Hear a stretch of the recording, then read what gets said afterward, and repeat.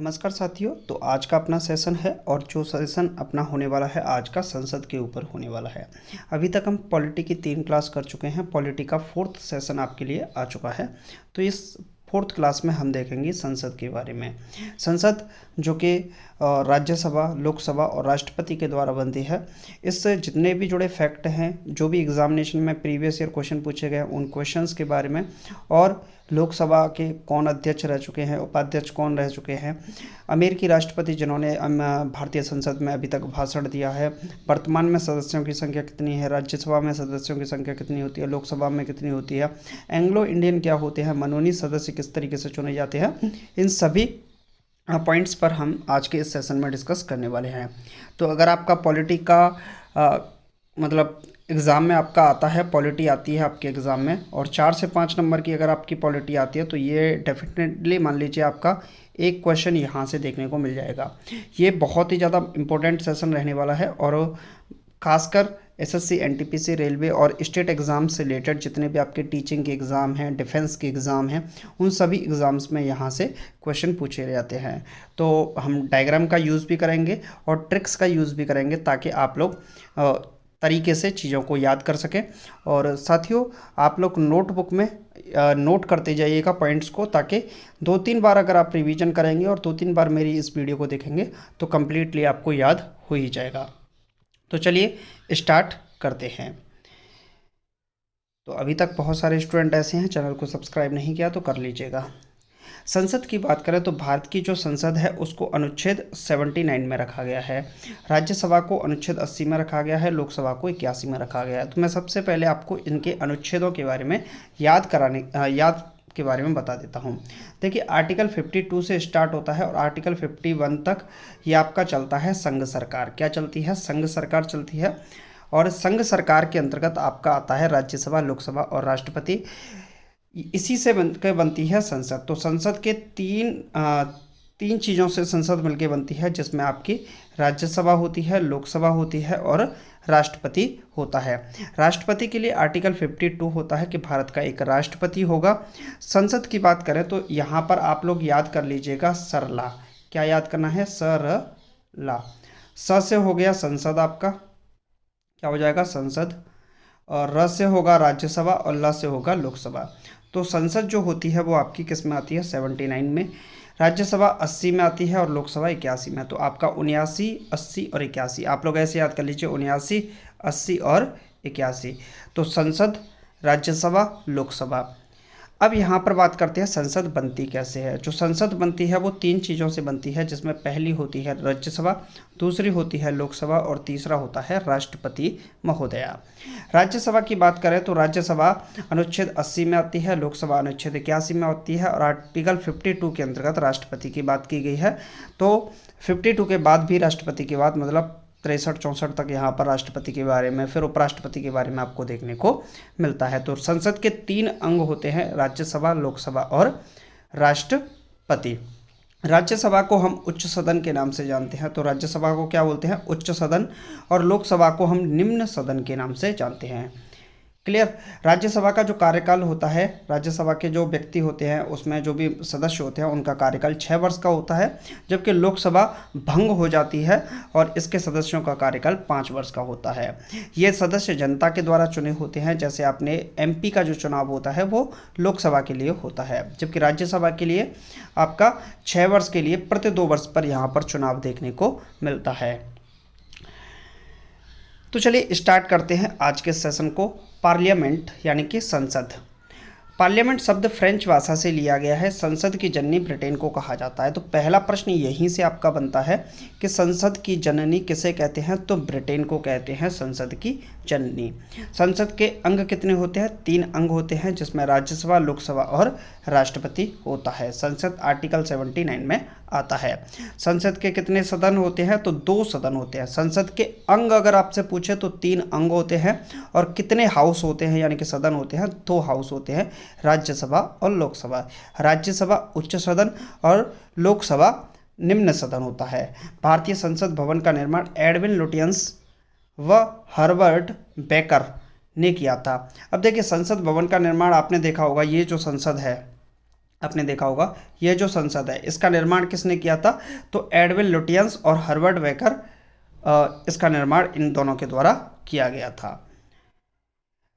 संसद के बाहरी परिधि के बारे में जान लेते हैं। संसद के बाहरी परिधि 144 ग्रेनाइट पत्थरों के स्तंभ पर टिकी हुई है।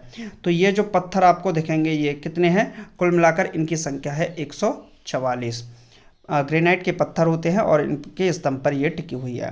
भारतीय संसद में भाषण देने वाले अमेरिकी राष्ट्रपति, इस संसद में अभी तक कितने लोगों ने, जो अमेरिकी राष्ट्रपति हैं उन्होंने भाषण दिया है, तो पहले हैं डी आइजनहावर। इन्होंने 1959 में पहली बार भारतीय संसद में, जो कि अमेरिकी राष्ट्रपति थे, इन्होंने भाषण दिया था। इसके बाद जिमी कार्टर 1978 में, बिल क्लिंटन सन 2000 में और बराक ओबामा 2010 में इनके द्वारा भारतीय संसद में भाषण दिया गया।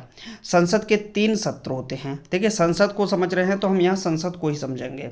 आप लोग नोटबुक में नोट करते जाइएगा। संसद के 3 सत्र होते हैं। पहला होता है बजट सत्र, दूसरा होता है मानसून सत्र और तीसरा होता है शीतकालीन सत्र। विशेष सत्र भी होता है जो कि राष्ट्रपति के द्वारा बुलाया जा सकता है, जैसे अभी राष्ट्रपति के द्वारा बुलाया जा रहा है हाल फिलहाल में। तो बजट सत्र की बात करें, ये फरवरी से मई के महीने के बीच में जो चलने वाला सत्र होता है इसको हम बजट सत्र कहते हैं। इसमें सरकार वित्त मंत्रालय के द्वारा वित्त मंत्री भारत का बजट पेश करते हैं।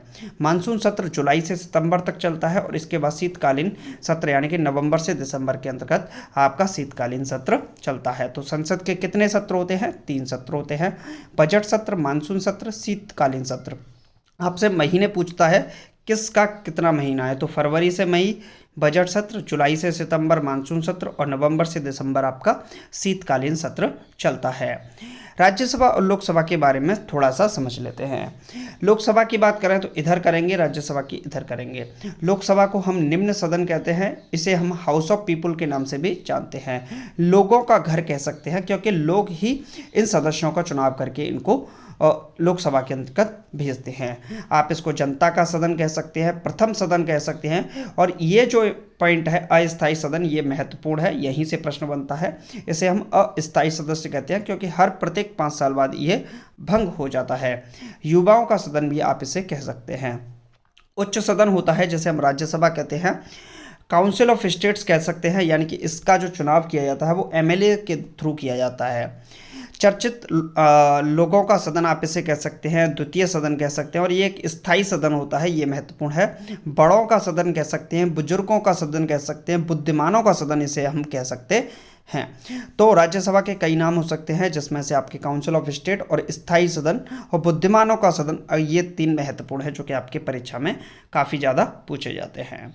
लोकसभा में सदस्यों की संख्या के बारे में जानकारी प्राप्त करते हैं। तो सबसे पहले लोकसभा की बात करते हैं।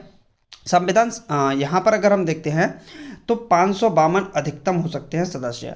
अभी 2026 में जब 2026 में सदस्यों की संख्या 888 होगी, जिसके लिए नया संसद भवन भी बनाया जा चुका है। तो नया संसद भवन के वास्तुकार कौन थे, बिमल पटेल थे, ये भी आपको पता होना चाहिए।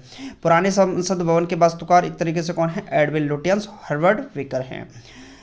लोकसभा में सदस्यों की संख्या कितनी होगी, अधिकतम संख्या 552 होगी, जिसमें से 550 राज्यों और केंद्र शासित प्रदेशों से होंगे, यानी कि स्टेट से होंगे और यूनियन टेरिटरीज से होंगे। इसमें 2 एंग्लो इंडियन होंगे। एंग्लो इंडियन क्या होते हैं भाई, ये समझिए। देखिए उस जमाने में क्या हुआ था, 1947 की बात करें तो भारत आज़ाद हो चुका था 15 अगस्त 1947 को। अब अंग्रेज तो भारत को छोड़ के चले गए थे, लेकिन बहुत सारे अंग्रेज ऐसे थे जिन्होंने यहाँ की जो महिलाएं थीं उनसे शादी कर ली थी। जब अंग्रेज छोड़ के गए तो वो उनको भी छोड़ गए, उन महिलाओं को छोड़ गए, उनके बच्चों को भी छोड़ गए। तो वो क्या हुए, उनको हमने कहा एंग्लो, यानी कि अंग्रेज और इंडियन भारतीय। तो एंग्लो इंडियन उनको कहा गया। तो उनके लिए पहले से ही, क्योंकि उनकी संख्या उस समय बहुत ज़्यादा थी, हाल फिलहाल में तो कम है और एंग्लो इंडियन को ख़त्म ही कर दिया गया है वर्तमान प्राइम मिनिस्टर के द्वारा। ठीक, आप ऐसा बोल सकते हैं। तो एंग्लो इंडियन अभी तो ख़त्म कर दिया गया है, लेकिन उस समय इनकी संख्या थोड़ी ज़्यादा थी। तो इनके लिए 2 सीट रिजर्व थी और इनको सिर्फ मनोनीत किया जाता था, इनका चुनाव भी नहीं होता था। अब इन 550 की बात करें तो 530 इसमें से राज्यों से थे और 20 केंद्र शासित प्रदेशों से, यानी कि जो 530 सीट है वो स्टेट से थी और यूनियन टेरिटरीज से सिर्फ और सिर्फ 20 सीट थी। संविधान संशोधन 104 के अंतर्गत एंग्लो इंडियन का आरक्षण अब खत्म कर दिया गया है। तो आपका कौन सा अमेंडमेंट हुआ है? 104वां हुआ है। अब अधिकतम संख्या कितनी है? 550 है। 550 राज्य और यूनियन टेरिटरी से होंगे। एंग्लो इंडियन का पद यहाँ पर अब खत्म हो चुका है। तो राज्यसभा में अधिकतम सदस्यों की संख्या कितनी हो सकती है? 550 हो सकती है। वर्तमान में बाकायदा है कितनी? 543 है।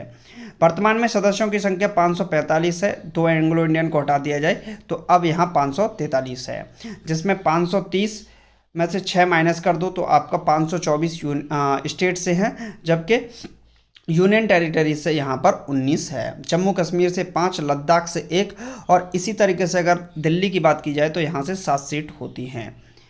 अनुच्छेद 81 और अनुच्छेद 80 के बारे में थोड़ा समझ लेते हैं। अनुच्छेद 80 में आता है आपका राज्यसभा और अनुच्छेद 81 में आती है आपकी लोकसभा। लोकसभा का जो कार्यकाल होता है वो 5 वर्ष का होता है, जबकि राज्यसभा का कार्यकाल 6 वर्ष का होता है। लोकसभा को भंग किया जा सकता है, राष्ट्रपति के द्वारा भंग किया जा सकता है, जबकि राज्यसभा एक ऐसा सदन होता है जो कभी भी भंग नहीं होता है और इसका चुनाव प्रति 2 वर्ष बाद होता रहता है। योग्यता क्या होनी चाहिए? अगर कोई व्यक्ति लोकसभा का सदस्य बनना चाहता है तो वह भारत का नागरिक होना चाहिए। उसकी उम्र निम्नतम यानी कि कम से कम 25 वर्ष तो होनी ही चाहिए। सरकार के किसी लाभ के पद पर ना हो, यानी कि गवर्नमेंट सर्वेंट एक तरीके से ना हो, पागल या दिवालिया ना हो।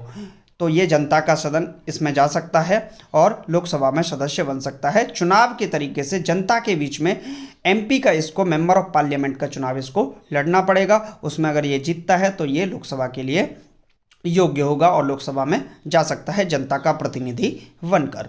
इसके बाद अगर हम बात करते हैं राज्यसभा की, तो राज्यसभा में भारत का नागरिक हो, निम्नतम उम्र सीमा राज्यसभा के लिए 30 वर्ष रखी गई है। कम से कम 30 वर्ष आपकी होनी चाहिए। सरकार के किसी लाभ के पद पर ना हो और पागल या दिवालिया ना हो। और इस सदन को हम शिक्षितों का सदन भी कह सकते हैं। लोकसभा की बात करें और राज्यसभा की बात करें तो इसमें जो चुनाव होता है वो प्रत्यक्ष चुनाव होता है, यानी कि डायरेक्ट इसमें इलेक्शन होता है। चुनाव में जनता भाग लेती है, यानी कि जनता चुनकर भेजती है लोकसभा में। अप्रत्यक्ष चुनाव होता है, यानी कि चुनाव में एमएलए भाग लेते हैं। कौन भाग लेता है? एमएलए।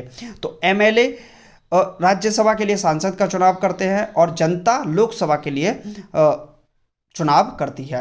सदस्यों का चुनाव की बात करें तो इसमें 5 वर्ष पर होता है और 2019 के बाद अब 2024 में होगा, जिसकी अटकलें चल रही हैं और वर्तमान में 1 नेशन 1 इलेक्शन की तरफ भी भारत देश बढ़ रहा है। अब ये तो समय आने वाले वक्त में देखा जाएगा।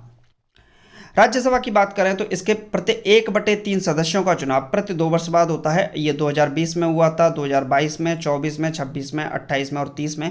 इसी प्रकार 1/3 सदस्यों का चुनाव प्रति 2 वर्ष बाद राज्यसभा में होता है। तो राज्यसभा में जो चुनाव में भाग लेते हैं वो कौन लेते हैं? एमएलए लेते हैं, जो कि स्टेट के द्वारा चुने जाते हैं, विधानसभाओं के द्वारा। लोकसभा के पदाधिकारियों के बारे में थोड़ा समझ लेते हैं। लोकसभा के पदाधिकारी के बारे में अनुच्छेद 93 यानी कि 93 के अंतर्गत बताया गया है। लोकसभा के जो पदाधिकारी होते हैं उसमें एक अध्यक्ष होता है और एक आपका उपाध्यक्ष होता है। अध्यक्ष और उपाध्यक्ष। प्रोटेम स्पीकर की बात करें तो ये एक अस्थायी अध्यक्ष होता है। प्रोटेम स्पीकर को राष्ट्रपति नियुक्त करते हैं। प्रोटेम स्पीकर का काम लोकसभा के नए सदस्यों को शपथ दिलाना है। वर्तमान में प्रोटेम स्पीकर कौन है? वीरेंद्र कुमार हैं। अध्यक्ष या स्पीकर की बात करें तो लोकसभा के अध्यक्ष का चुनाव लोकसभा के सदस्यों को द्वारा किया जाता है। लोकसभा के अध्यक्ष के रूप में इन्हें अलग से शपथ नहीं लेना पड़ता।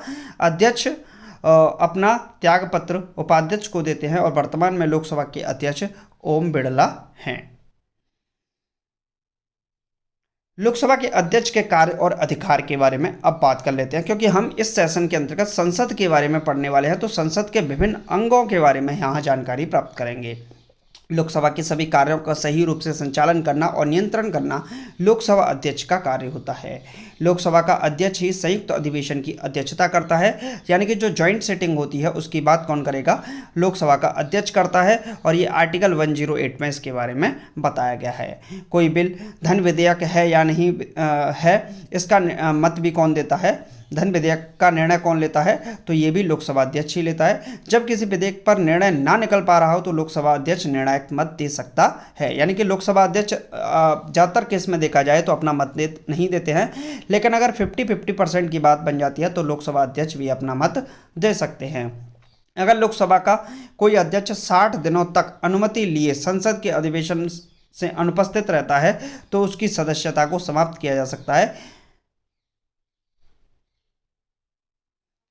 पहले लोकसभा अध्यक्ष गणेश वासुदेव मावलंकर हैं। यहाँ से प्रश्न आपका बनता है, तो पहले लोकसभा अध्यक्ष कौन है, गणेश वासुदेव मावलंकर, और पहली महिला अध्यक्ष कौन है, मीरा कुमार हैं। इसके बाद राज्यसभा के पदाधिकारियों के बारे में बात करते हैं। तो राज्यसभा का पदाधिकारी एक सभापति होता है, एक उपसभापति होता है। तो भारत के जो उपराष्ट्रपति होते हैं वो ही भारत का राष्ट्रपति नहीं होगा, यहाँ पर उपराष्ट्रपति होगा। तो भारत का उपराष्ट्रपति ही राज्यसभा का सभापति होगा। सभापति संसद का सदस्य नहीं होता है। सभापति की अनुपस्थिति में उपसभापति उनका कार्य करेंगे। सभापति उपराष्ट्रपति का अपना त्यागपत्र राष्ट्रपति को देंगे, उपसभापति अपना त्यागपत्र सभापति को देंगे। वर्तमान में राज्यसभा के सभापति यहाँ पर आप करेक्शन कर लीजिएगा, वेंकैया नायडू नहीं है, ये हैं जगदीप धनखड़। कौन है, जगदीप धनखड़। और वर्तमान में उपसभापति भी आप लोग बताइएगा, कमेंट बॉक्स में इसका आंसर लिखिएगा। ठीक है, इसको हम हटा देते हैं। तो साथियों, आज के सेशन में हमने किया किसके बारे में, संसद के बारे में। सभी टॉपिक्स को कवर अप कर लिया है।